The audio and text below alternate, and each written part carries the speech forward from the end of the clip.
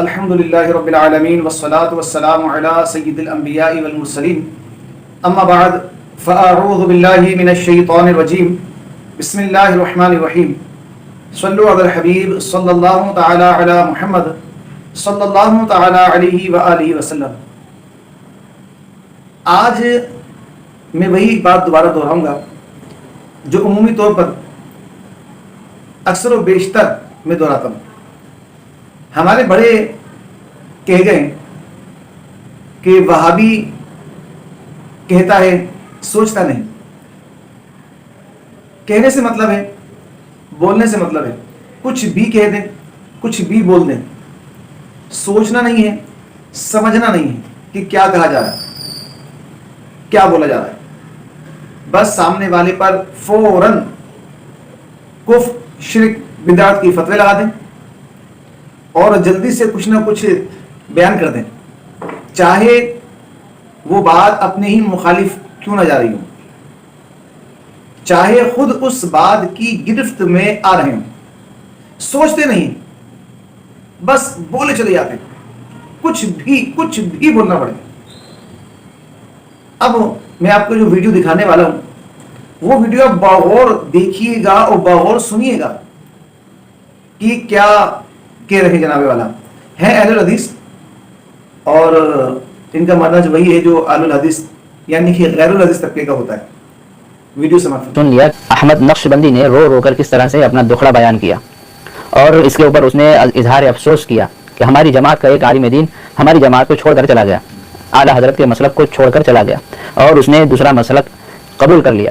یہ تبھی ہوتا ہے جب کسی مسلک کے اندر خرافات، بدعات، رسومات انجام دیے جاتے ہوں، انسان اس سے پریشان ہو جاتا ہے۔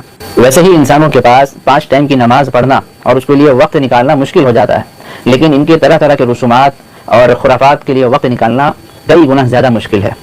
محرم میں الگ اور ربیع الاول کے مہینے میں الگ، شب برات میں الگ، شوال میں الگ، ہر مہینہ ان کا کچھ نہ کچھ لگا رہتا ہے۔ تو ان سب خرافات اور ان سب مشکلات کا سامنا وہ نہیں کر پائے، ہو سکتا ہے اسی وجہ سے انہوں نے چھوڑ دیا کہ دین کے اندر اتنی مشکلات اور دین کو انہوں نے اتنا مشکل بنا کے رکھا ہے ان بدعتی حضرات نے، جو کام اسلام کی بنیاد نہیں ہے، جو کام اللہ اور اس کے رسول نے جس کام کا حکم نہیں دیا اپنی طرف سے انہوں نے گھسا دیا ہے۔ نہ ان کے پاس قرآن و حدیث سے ریفرنس تک نہیں ہے ان کے پاس۔ یہ بزرگ وہ بزرگ کا فرمان سے یہ لوگ کام چلا رہے ہیں اور اسی کے اوپر ان کی زندگی گزر رہی ہے۔ تو بہت سارے لوگ کیونکہ وہ خود ایک عالم دین تھے، انہوں نے ریسرچ کیا ہوگا کہ واقعی میں ہم لوگ بدعت میں، شرک میں، کفر میں مبتلا ہے، خرافات میں ہماری زندگی گزر رہی ہے۔ اس سے بہتر ہے کہ دوسرے مسلک کو قبول کر لو، اور اس کے مسلک کی انہوں نے ریسرچ کر رکھی ہوگی کہ اس مسلک میں سکون ہے، زیادہ ٹینشن نہیں ہے، زیادہ لوڈ نہیں ہے، تو انہوں نے دوسرا مسلک قبول کر لیا۔ اور ایک دن ایسا آئے گا قرب قیامت سے پہلے ان بریلویت کا خاتمہ ہوگا اور ایمانیت کا ظہور ہوگا، علماء حق اور عوام حق کا ظہور ہوگا۔ اہل سنت والجماعت کے جو حقیقی مصداق ہے وہ لوگ رونما ہوں گے اور کفر کے ساتھ شرک بھی، مشرک بھی تباہ اور برباد ہوتے ہوئے نظر آئیں گے۔ جی جناب والا، آپ نے سنی ویڈیو، دیکھا آپ نے۔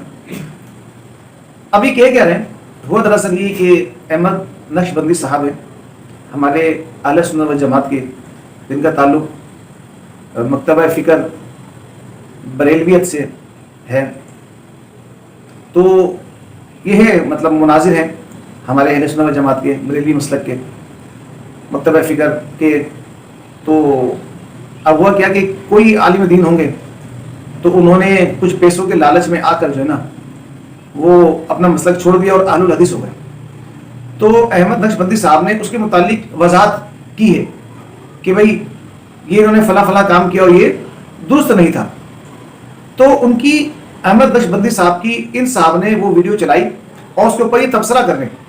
اب تبصرہ کیا کر رہے ہیں کہ جب کوئی شخص یعنی جیسے بریلوی ہے اور وہ اپنا مسلک چھوڑ کر اگر اہل حدیث ہو جاتا ہے تو اس کی وجوہات بیان کر رہے ہیں کہ وجوہات کیا ہوتی ہیں، اور وجوہات کیا انہوں نے بیان کی ہیں کہ ایسا کب ہوتا ہے کہ بندہ جو ہے وہ اپنا مسلک چھوڑ کے دوسرا مسلک جو قبول کرتا ہے، کہ ایک تو اس میں بدعات، خرافات، رسومات انجام دیے جاتے ہیں، ٹھیک ہے، یہ چیزیں ہو گئیں۔ مزید انہوں نے فرمایا کہ انسان ان سے پریشان ہو جاتا ہے، ان بدعات سے، خرافات سے، ان رسومات سے پریشان ہو جاتا ہے، اور 5 وقت کی نماز کے لیے وقت نکالنا اس کے لیے یہ بڑا مشکل ہوتا ہے۔ تو ان خرافات چیزوں کے لیے جو ہے وہ بیچارہ کہاں سے وقت نکالے گا؟ اور پھر انہوں نے کہا کہ وہ کبھی محرم تو کبھی شوال تو کبھی رجب تو کبھی ربیع الاول تو کبھی شب برات کچھ نہ کچھ لگا رہتا ہے، کچھ نہ کچھ لگا رہتا ہے. تو ان چیزوں کے لیے اگلا شخص وہ وقت کیسے نکالے گا؟ اور پھر انہوں نے کافی ساری چیزیں بیان کی کہ بھئی وہ ان کی جو نا یہ چیزیں قرآن سے ثابت نہیں، حدیث سے ثابت نہیں، اور صرف اپنے بزرگوں کے قول سناتے رہتے ہیں.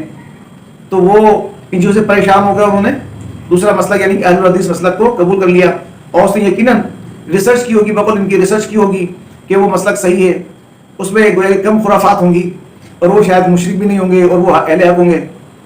تو لہٰذا پھر وہ اس میں کنورٹ ہو جاتے ہیں، یعنی اہل حدیث ہو جاتے ہیں. مطلب یہ انہوں نے لاجک اپنے طور پر کچھ بیان کی. اچھا، اب اگر یہی آپ بیان کر رہے ہیں کہ وجوہات یہی ہوتی ہیں، تو بھی دیکھیے اصول سب کے لیے ایک ہونا چاہیے. جو آپ نے اصول و ضابطہ بیان کیا ہے کہ یہ وجوہات ہوتی ہیں جس سبب سے ایک شخص جو ہے وہ اپنا مسلک چھوڑ کر دوسرا مسلک اختیار کرتا ہے. تو اب ذرا اپنا یہی جو آپ نے معیار رکھا ہوا ہے اور جو وجوہات آپ نے رکھی ہیں برقرار رکھیے گا، جو میں اب آپ کو ویڈیو دکھانے والا ہوں. ویسے تو کئی ساری ہیں میری، اور دیگر جو اگر آپ اسلامک مائی چینل جو ہمارا یوٹیوب پر چینل بنا ہوا ہے، اس پہ اس وقت بیان بھی کر رہا ہوں الحمدللہ، اس پہ کئی ویڈیوز ہیں جو میں نے اہل الحدیث کے عقائد و نظریات جو باطلہ ہیں وہ بیان کیے ہیں، اور ایسے لوگوں کی ویڈیو بھی اپلوڈ کی ہیں جنہوں نے اہل حدیث مسلک بھی چھوڑا ہے. تو فی الوقت میں ایک ویڈیو آپ کو دکھا رہا ہوں، یہ ذرا سماعت کریں آپ. تو میں نے اسٹیج پر چڑھ کے اعلان کر دیا کہ لا الہ الا اللہ محمد رسول اللہ علی ولی اللہ.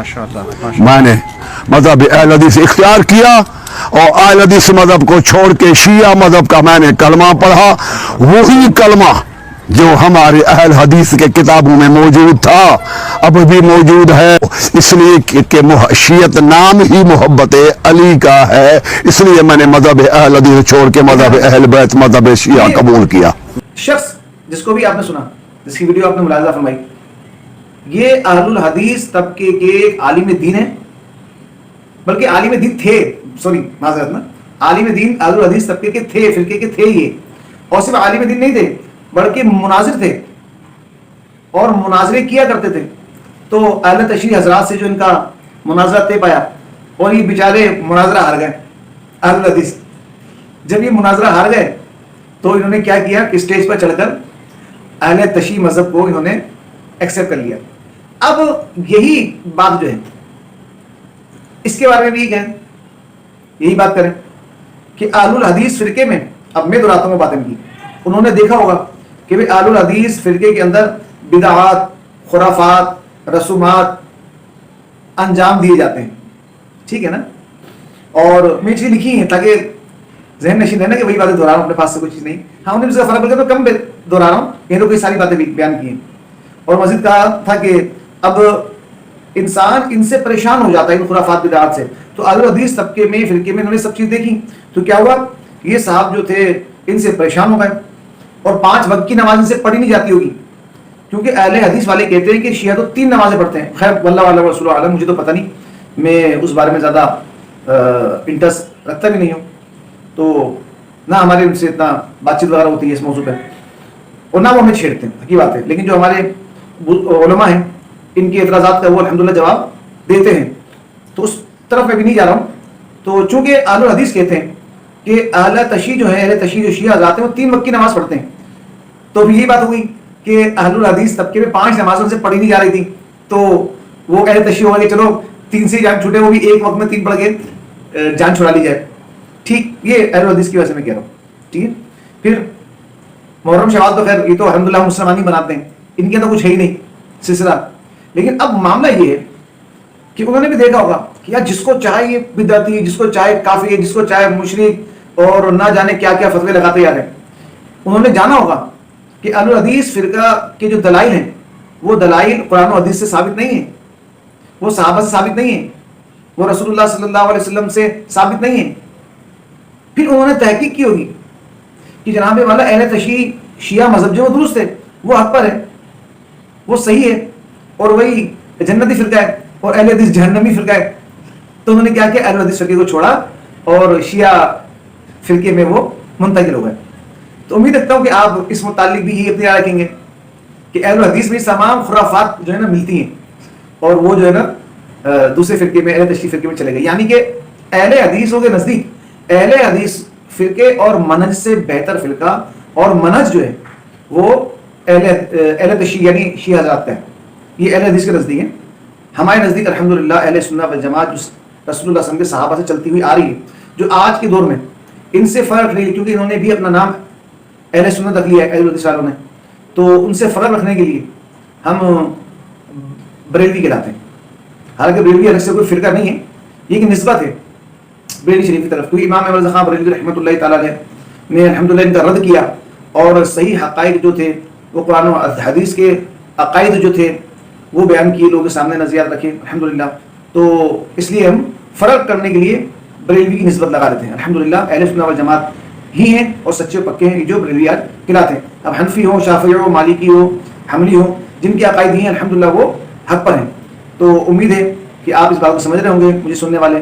میں چاہوں گا کہ جو ہمارے چینل پہ نئے آئے ہیں وہ سبسکرائب کریں, شیئر کریں, اور کمنٹس باکس میں اس ویڈیو کے متعلق ضرور بیان کریں کہ یہ بات درست ہے یا نہیں, کہ ایک جیسا رکھنا چاہیے انہیں اپنا نظریہ دونوں کے لیے, کہ کسی نے ریسرچ تو کی ہوگی. السلام علیکم ورحمۃ اللہ وبرکاتہ.